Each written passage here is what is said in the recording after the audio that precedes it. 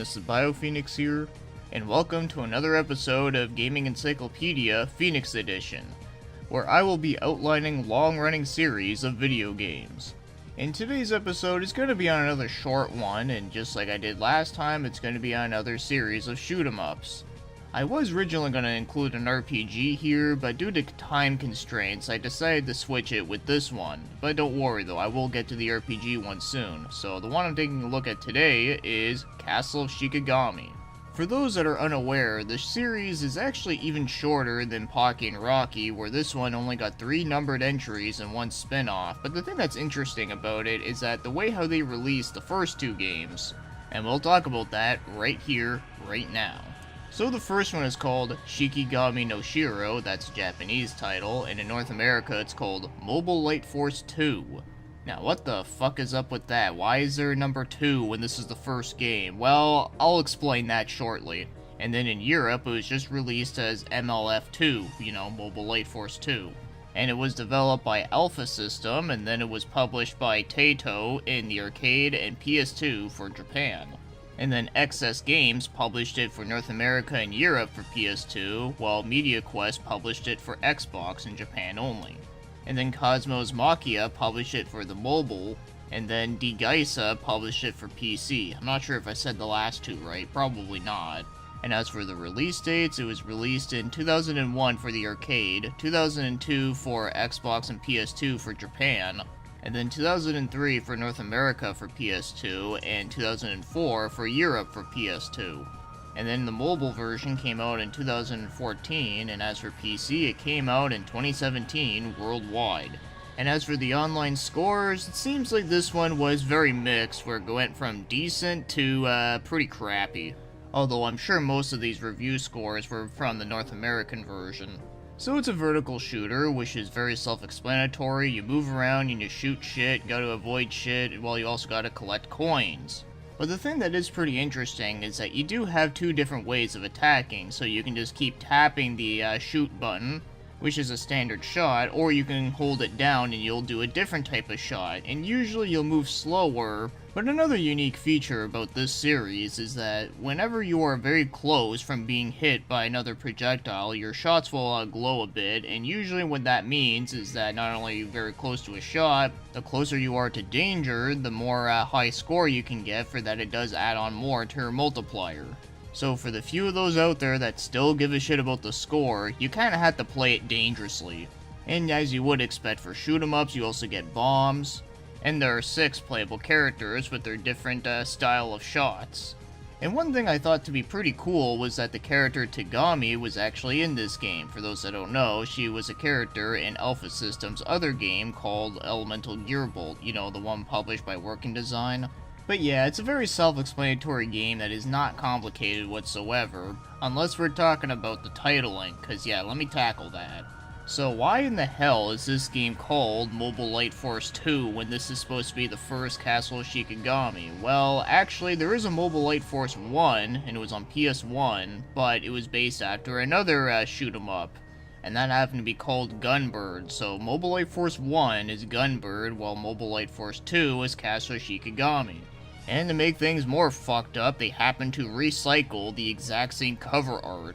Like, were they so proud of this artwork that they had to reuse it twice, or were they just lazy? Either way, it's pretty lame and generic looking. At least the European cover art looks better. Now, sure, it doesn't accurately represent the game, but, at least it doesn't look like they just recycled the exact same cover art from before. And one last thing that I will mention about this game is that in the North American version, they actually took out the entire storyline altogether. It sort of reminds me of what Phoenix Games did when they released Sonic Wings in Europe. They just took out the entire ending of the game.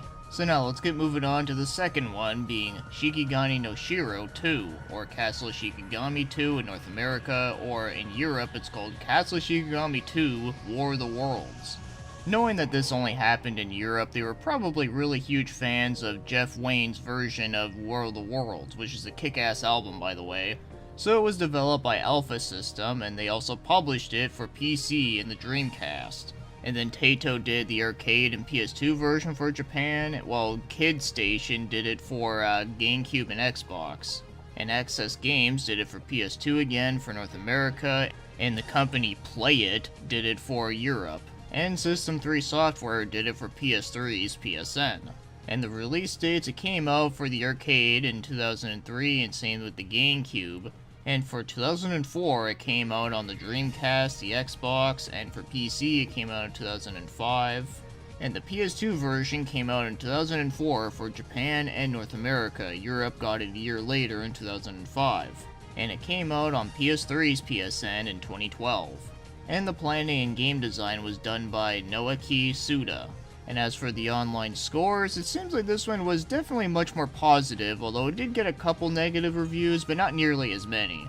So for a sequel to a shoot 'em up, there's really not a whole lot else I can say that already has been said before. I mean, there's not a whole lot of change-ups. I mean, there are new characters, but not a whole lot of them. And with the story mode, you can actually get different dialogue screens when you're playing 2 players. So yeah, at least this time the story mode was still intact with the game when it came out over here, but the big unfortunate thing is that the translation is so bad and so incoherent that it just doesn't make any fucking sense. So for any of those that get really uptight about translations in their RPGs having like a couple typos here and there which can easily be patched out of the game, well, think of it like this. At least it didn't end up like this. But one plus thing, at least if you're like me, who really enjoys really bad voice acting, this game has some of the worst voice acting ever, almost as bad as Chaos Wars, but my god is it fucking hilarious. Too many freaks and weird castles here. Maybe this city attracts wackos. I like gentlemen. Thanks. Still spiritual? You die for love? I die for money. You might know some, but he's dead. You're inflexible. I promise to forget. So because of that, it does add a little bit extra funniness to the game. But as for the game as a whole though, I do think this one is actually a lot better than the first game, even if it is very similar to it. But the reason why I like it better is that not only do I like the music better, and I find that the game performs a lot better, where it doesn't have as many slowdowns. But yeah, overall, I would say that it is a solid shoot 'em up that is at least worth a try. And as for the so far final main entry in the series is Shikigami No Shiro 3, or in North America, Castle Shikigami 3. Sadly, this one was not released in Europe. So it was developed by Alpha System, and it was published by Taito in the arcade and Cyberfront for PC, and for the Wii version it was published by Akiz, while the 360 was published by Arc System Works. And it was released in 2006 for arcade and PC, 2007 for 360, and 2008 on the Wii in North America. And as for the online review scores, this one seems to be more generally positive, although there is a few mediocre reviews, but the thing is though, at least none of them are below 5, where that's like the shit territory. So this is the final one so far, and I have to say, this is definitely my favorite one in the series. So the gameplay and the basic mechanics are all the same, but one thing that they did add to it though is that you can actually do a high tension attack where you can actually shoot out like your maximum amount of power-ups, but only for a short limited time. And there is some extra modes in the game, like a boss rush mode, and there is also some different customizational modes too, which is quite nice. And there is a couple of new characters here, but most interestingly, the one I want to point out is just like in the first game, they have another guest character. But this time it's Reika, who happens to be the main character within the Sega CD game Time Gal. Well, that's a pretty unexpected surprise. And also the music in the game is still really good, and I also have to say that the graphics in this one are a lot better. Now sure, it still looks like a pretty low budget game for 2008, but I think it definitely looks a lot better than any of the other games. But of course, we're going from a newer console generation. But yeah, I do think that this game graphically does at least look a little more appealing with the character models looking better. But overall though, Castle Shikigami 3 is not only my favorite within the series, but also I find it to be one of my favorite shoot 'em ups that I played on the Wii, although I haven't played a whole lot, so that's probably not saying a whole lot, but still, it's definitely one of my favorite ones that I do think is at least worth checking out. And that takes care of the main series, but there is one spin-off game I have to talk about. and that happens to be Shikigami No Shiro, Yanashi Yozuki Gensai Yoko. I don't fucking know how to say it. Either way, it doesn't really matter because I really don't think anyone's gonna play this one once I explain more about it. So, it's developed by Alpha System and published by Kid Station, and it was released only in Japan in 2005. No credits, no review scores, no nothing.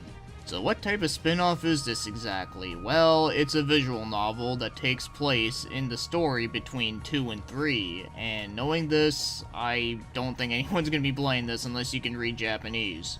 And on top of that, I'm pretty sure there's not a whole lot of people that really gave a shit about the story within these games to begin with. But yeah, if you can read Japanese and you really wanted to see this game being turned into a visual novel, well, here you go. Here it is. And as of 2019, that takes care of the Castle Shikigami series. It's a shame that after the third game that we never got a fourth one, or maybe even like other spin-offs. But I would like to see it make a comeback one of these days, because I really do think that it is a really solid one for the most part, but I'd say that part 3 is definitely the best.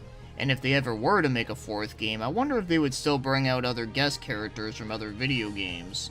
But yeah, that'll be it for this episode of Gamers Encyclopedia Phoenix Edition, and like I said, next time I'll be taking a look at an RPG series once I have enough time to do it. So with that said, thanks for watching and commenting, and have yourselves a great day.